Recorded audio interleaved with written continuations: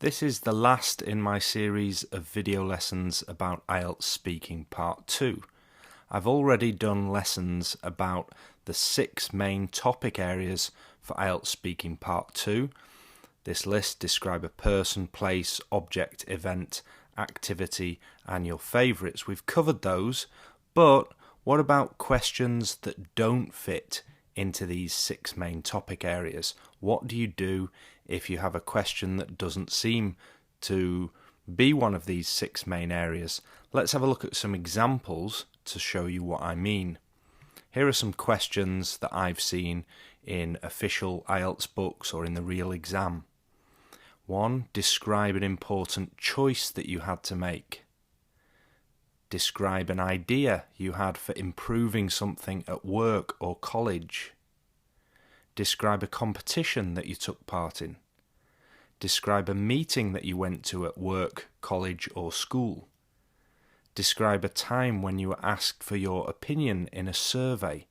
These 5 don't seem necessarily to fit into the 6 main topic areas, but there are more. Here are 5 more. Number 6. Describe a journey that you remember well. 7. Describe an open air or street market that you enjoyed visiting.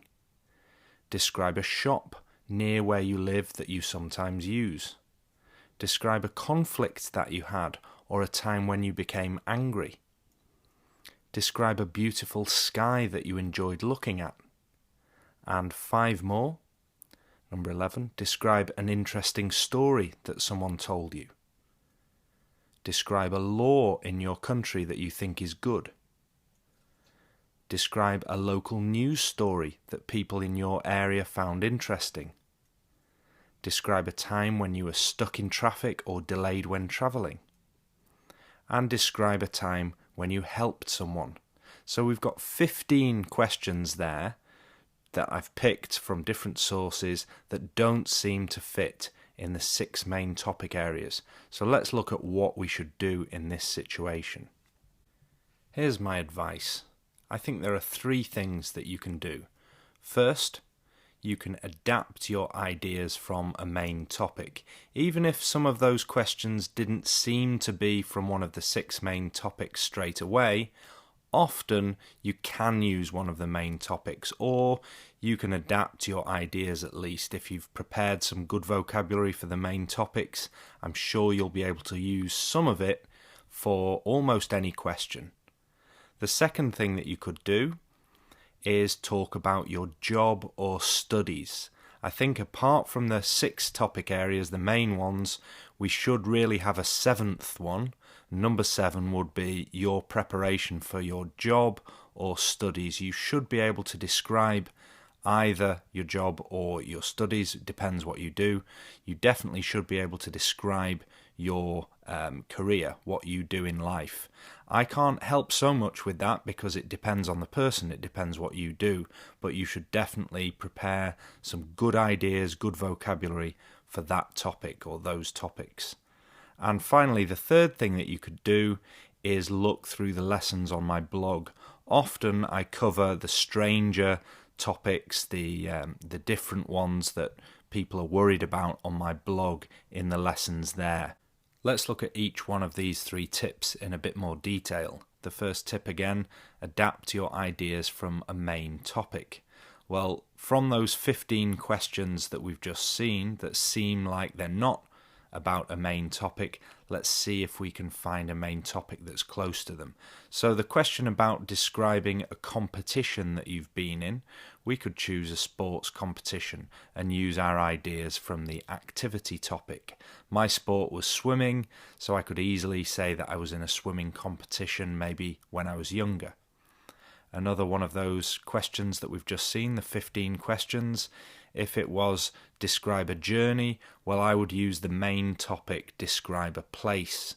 Of course, when you go on a journey, you're going to a place, so I could talk about the journey going there. I might have to add some ideas about the actual journey, but I can also talk about the destination, why I was going on that journey.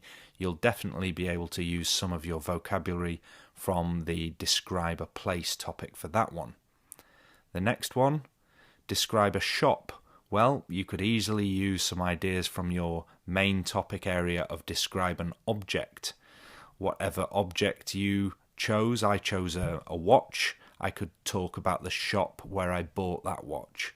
Or I could choose from my describe a favourite topic area. I did or mentioned describing a favourite book. We could talk about a bookshop where you've bought these books. Describe a beautiful sky. Well, I've written about this on my blog. You can just describe a place. I chose to describe London for my describe a place topic, and I could easily change that into a description of a sky. Perhaps I was up on a tall building looking out over the view of the city, and I can use my vocabulary about London for that. The next one, describe a story. Well, it would be a story that you told or that somebody told you. It could be an event. That could be just a story of what happened at a wedding. If you described a celebration, for example, a wedding or a birthday party, well, that's a story. You could say that you told someone about a wedding you went to, about a birthday party you went to. You could use the event topic, or if you've got an interesting description of a person, perhaps a famous person, your story could be about the life of that person. You could adapt your ideas there. Next example, a local news story. Well, talk about a place, something that happened in that place, or perhaps an event like a concert this time. Maybe there was a concert in your local area. We did a description of a concert in one of the other video lessons, so I've prepared that and got some good ideas for that already. Another one, if you're stuck in traffic or delayed, well, it's a bit like the journey topic. You're going to a place, so you could talk about why you were going there.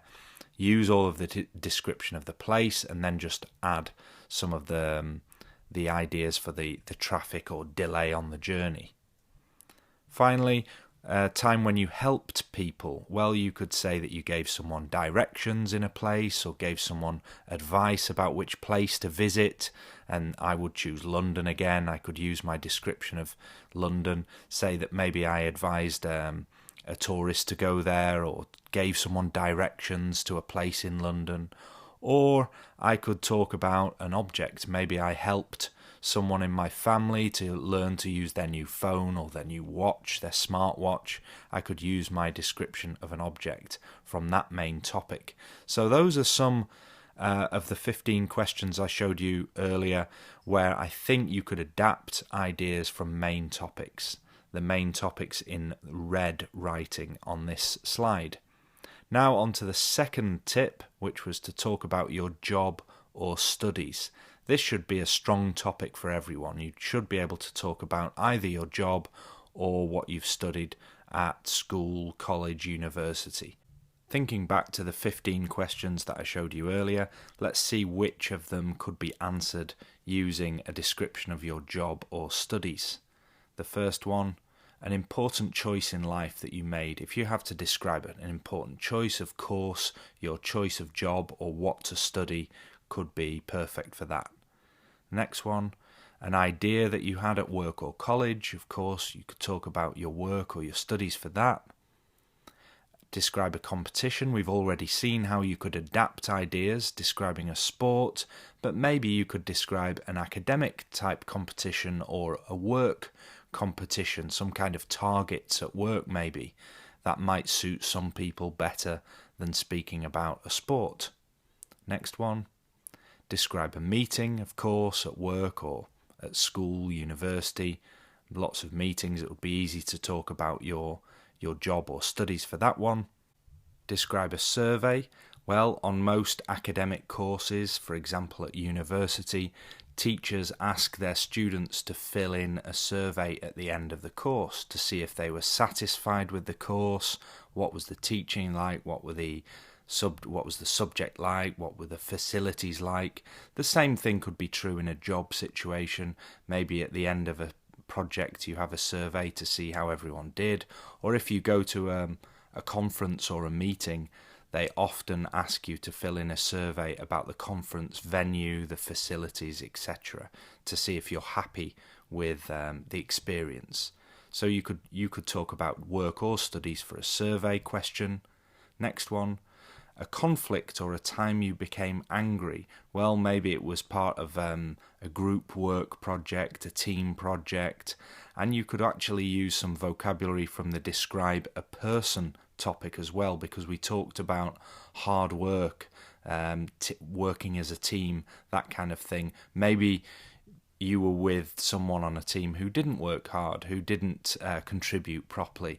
So use some of your vocabulary from the describe a person topic and think about a situation at work or during your studies where you worked in a team and it didn't go very well.